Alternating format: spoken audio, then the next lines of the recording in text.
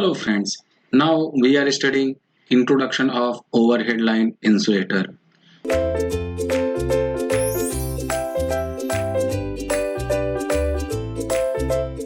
So first we will study what is overhead line insulator.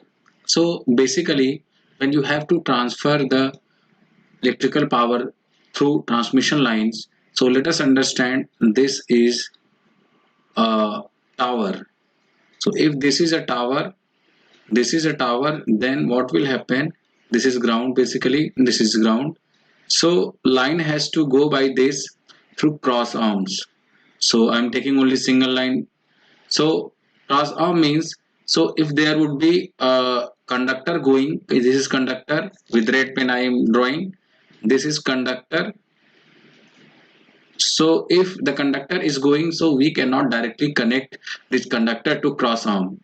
If we connect, then the result would be very bad. So what will happen? We just put a insulator there. It will be an insulator, basically it will be insulator. What insulation does? Insulation provide insulation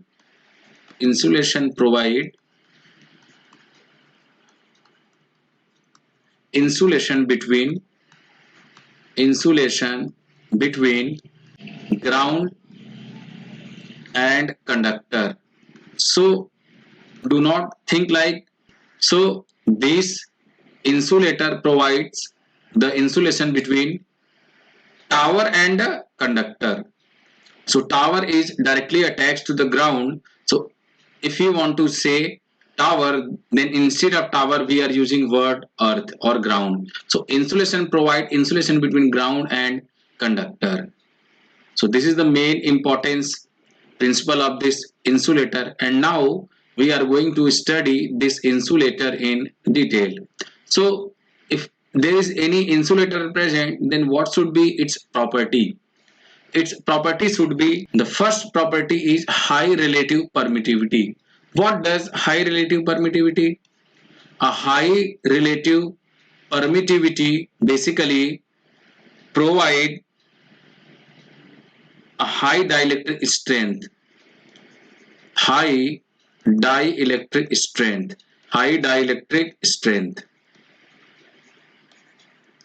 So this is the main importance of using high relative permittivity. It means the insulator should have high relative permittivity, means it will provide high dielectric strength, means the dielectric strength of the insulator should be very high. The second point is high material strength. So the whatever the material present in this insulator, that should have high material strength, but it should not break easily. The third point is high insulation resistance, means this insulator should have very high resistance, so that let us assume if that is cross arm, this is cross arm and this is conductor, so this is insulator and this is conductor. So basically a high voltage like 400 kV will be here, and the current flow will like this. So the I current, it should be V by R. If the resistance should be very high, then the current, basically this is called as leakage current.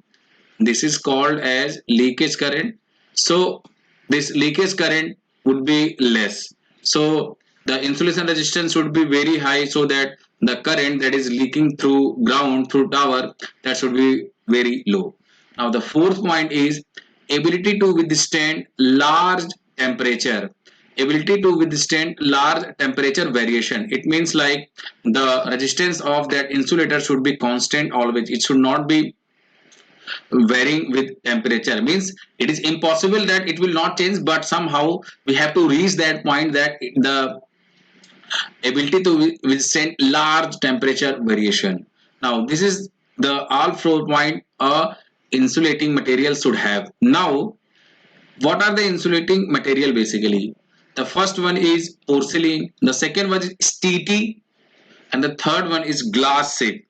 So these are the three material basically used correspondingly in transmission line. Since In gate examination, the voltage will not ask, so I'm not writing here correctly. If you want to see, then you can Google it and you can directly write from here. So now we are going to study types of insulator. So this is all about introduction of overhead line insulator. Thank you.